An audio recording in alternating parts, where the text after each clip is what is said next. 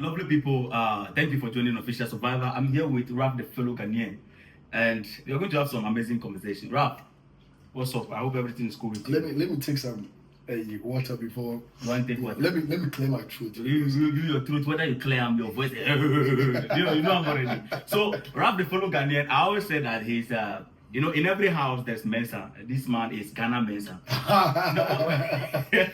when you go to Nigeria, they have one Mensa there. VDM. Oh yeah, Charlie bro, what's up? Yeah, VDM. Omo, what's in the apple? Don't play. You're gonna learn. You're gonna learn. Something. You're gonna learn. Very hard. Very hard. To learn very hard. The difference is that he's been. I had the support of the youth, but because of the partisan politics with Ghanaian youth, when you are an activist and then you are taking things to the, you want to see action, and it doesn't sit well with the parties of the Ghanaians, their favorite parties. If your conversation doesn't sit with them, then there's a problem.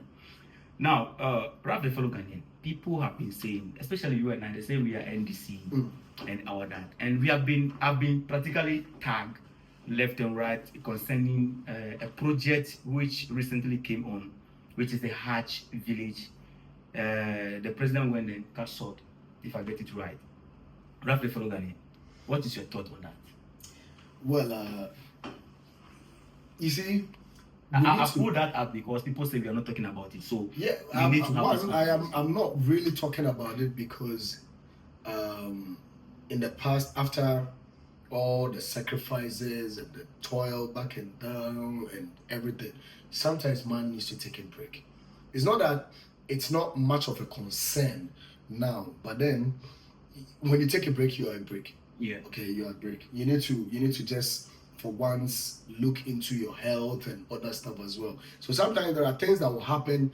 You wish you want to talk about it. Yeah. But then you just have to relax. Yeah, just chill. So, but honestly, that conversation about the cathedral and the hash thing, you see, I don't want to talk much about it right now because it hasn't gotten to the point where we need to talk more about it. Why am I saying this? The cathedral time, we all saw that the cathedral land itself was occupied by lands and homes belonging to certain institutions. One, the building had already been built. We broke them down, whereas we could have looked for any other place, including the state lands we are selling for people under the regime. We could have looked for any, virgin land and go and build that in there. But then they thought of, okay, that particular location. They broke down judges' buildings. They broke down institutions like the DVLA and other places. And again, we had to go and rent for these judges and pay for it. That alone is questionable. All right. 2, why must we invest money into something that we know there are other priorities more important than the cathedral? So that is where my problem is coming in. Okay, this is where I have problem with the Hajj village. I told myself that if I was one of the strong opposition when it comes to the National Cathedral, we were on board. It was so solid, but the problem is that I am seeing it from this angle that we have other priorities. Okay, the cathedral is a misplaced priority. That is a project for which should be undertaken or which should be championed by the religious community, not the government. The government should champion a project or projects that will benefit the youth in terms of giving them employment and all that. So if the cathedral, we cannot boast of the cathedral giving job to 100 youth, then it's a useless project.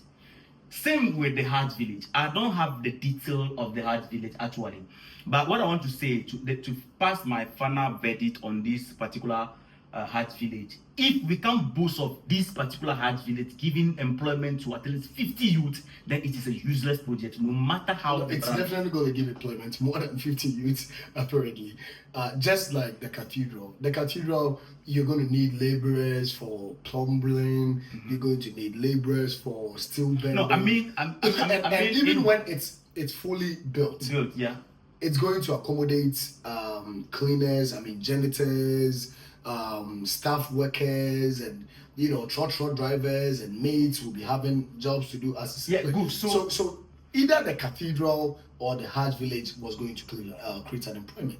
But the argument with me when it comes to the Hajj village thing, what I sit down to ask, and this kind of conversation I heard Kevin Taylor warn anybody that, hey, nobody should talk about that. And my brother, we need to have a conversation. Yeah. We need to have a conversation. And yes, in as much as me, I respect Kevin Taylor a lot, not on the basis of, somebody might say, that's also the attempting our pen assembly. But hey, Kevin Taylor has exhibited, that level of journalism, the component, the fundamentals of journalism to the optimum, because it's about providing information, bringing evidence, proving it.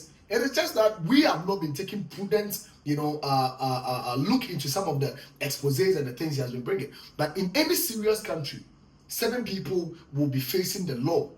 If alone, we are just going to be serious for once and take this country serious. So, but notwithstanding, not everything he has been saying that, for me, I believe that his views were right.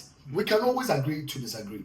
So on the basis of that Hajj village thing, I asked myself, when you come to Ghana, let the president, the tourism minister, the whoever that is in charge, or the board or whatever it is, both the cathedral and the Hajj village, let's put them together, sit down. Why do people travel to Israel to go and pray? Because they believe that Jesus Christ was whatever, and there's some historic whatever, we'll go and do the same thing. So people will come to Ghana. On which basis will people be visiting Ghana? Because with the Israel, there is a historic antecedents that happened that make people go there. What will make people come to Ghana to come and see what? But Ralph, you see, let me not cut you short. All right, you see, I believe that some project. Last time I heard John Dramani, His Excellency John Dramani Mahama was speaking. You see, Baumia came, and I'm trying to draw a parallel, analysis. Baumia came on board and was telling Ghanaians about toilets, building toilet and all that, 5-seat toilet and all that. John Dramani Mahama countered the conversation with this idea that it is not the job of the government or the vice president should be championing that conversation or those projects, because it is for the assemblies to do. This is where I come from. Either the Hajj village or the National Cathedral, this is something that the religious body should champion this agenda. You understand? When John Dramani Mahama came, they made us understand that we are in crisis, and they said they are going to provide job for the youth and all that. I expect us to build factories. But this time in Ghana, we are 68 years, we should be producing certain things. We are not. We import more than, and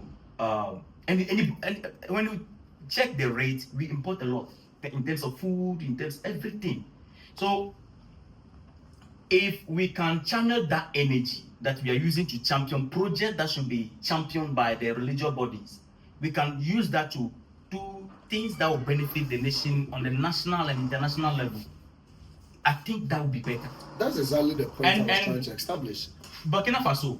No, don't even go there yet. All right. On the basis of the same argument you're establishing, that was what I was trying to build my point on. So now we should allow the institutions to be handling their thing. So let's say the church, the clergy or whatever, they come together and they put whatever they want to put down for their Christian thing. The Islamic community also come together and put. There are a lot of masjids, like mosques, that have been built by Islamic philanthropists across the country. So if they want to build such like that, they can equally do it. But like I said, I don't have much information about the Hajj village, and I'm told that I've seen a lot of explanations from Samit Jemfi and Co. Okay, that, in regards to the Hajj village. Exactly, that it's not government funded, but it's Ghana Airport, whatever argument they are building. What I'm saying is, when you come to Ghana, those people who travel to Mecca mostly are from the north, and from the southern part, you can mention Greater Accra and Kumasi And even with the Kumasi, not all. You can mention Sabuzongo, Ababo, Mozongo, what's the name? Some, areas. When you come to Accra, you can mention Nima, Mamubi, Zongo Lane, Madina Zongo, and all those places. Let's go to these communities. In fact, we all know that Mecca does not, invite all the visitors that come by air directly. So you first have to fly to Jeddah, okay?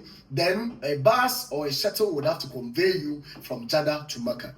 Okay. Now, when you are building, or as Mecca or the Hajj thing accommodate or invite in millions of people, when you go to Mecca, I think one of the most important priorities is to build more roads, and very quality roads, because as cars are using the road every time, they can't be using such roads we have in our country, where in foot road will be hitting people everywhere. So they have good roads. Now, in Islam, one of the most essential things that Islam can never do away with, okay, is water. Because before you go and pray, you would have to do ablution, alola. And that ablution, you need water. Unless extreme case where you don't have water, that's where you can use sand. So water is very much essential. So when you go to the Saudi Arabia or the Mecca area there, water is very much important. That is why even their Zamzam River, they don't joke with it, because it provides water throughout the year for them, so that they will be able to pray and do their thing throughout the year. Now, as people are coming, they will fall sick, or they might fall sick. So they have also one of the best hospitals in the world, so that when people come there and they fall sick, they can go there. So you are trying to tell us that the Hajj village, if it's going to play, if it's going to, include or attract this. No. That's not what I'm even building. Now I'm coming. You get my point. Now, all these amenities. Yeah. When you come to the northern part of our country, they are the worst suffering people when it comes to water. When it comes to good roads, right? They don't have. Now, come to Nima, Mamubi. Our communities are one of the most dirtiest places. So we first need to set our priorities right by even, having the things we need in our country. Now, if I need money to take care of my health, I don't think I'll use that money to go and build a house.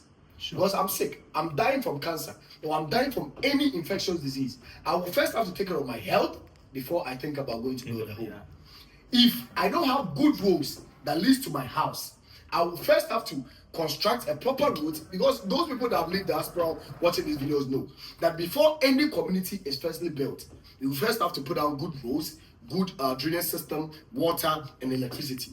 Those are the basic things you need. So at the end of the day, we first need to put our priorities right by setting all these things in our Zongo communities very right. So when you go to Nima, we have good roads, we have good hospitals, we have water running through 365 days. We don't have all this. Meanwhile, every year, we spend not less than $1 million on traveling to Hajj. And when we go there, we spend money to build their economy. Yet, when we come back home, we don't have shisha. So with this analysis, I can say that the Hajj village, we can practically say that kind of like a misplaced priority in a way. Because it might be. Let's call space speed. To me, I'm not condemning the initiative. I want to be a little bit modest, because you also have to, in our ways of communication these days, we also have to not sound very harsh to them by share ideas with them, to let us sit back and reflect on this. Good. So, all right, do you think if all the monies we pick and go to Hajj with, if we are going to say, okay, fine, in the next 10 years, if you have the money and you want to go, what you are, I want to understand what you are trying to do. No, somebody can be telling you you're a foolish person, but he won't tell you directly that you're foolish. I get your point. The way you are building your point to let the person know that indirectly you are telling them you're foolish. So I get the point very well. I don't want Ghanaians to keep playing that. Exactly. Ralph has been insulting. Yeah, now I'm going to complicate it the way that so let's have this. The MPP is gone. NPP is gone, NDC is on board. I've seen difference, and I'll list just few. Okay. I think we need to establish final points on this cathedral thing. Then we move to the next topic, like you're bringing in. Yeah. So it's still, I mean, the same thing. Okay. It's still the same thing. All right, sure. The concern of Ghanaians on these, because the NPP under the NPP, I noticed one thing which is connected. Charlie, let's end this video. I think we would have to post the full video or the content on YouTube. Go watch it on Ralph the Fellow Ghanaian, not Ghanaians, Fellow Ghanaian on YouTube. Follow me there, subscribe, and let's have more conversations on this. Cheers.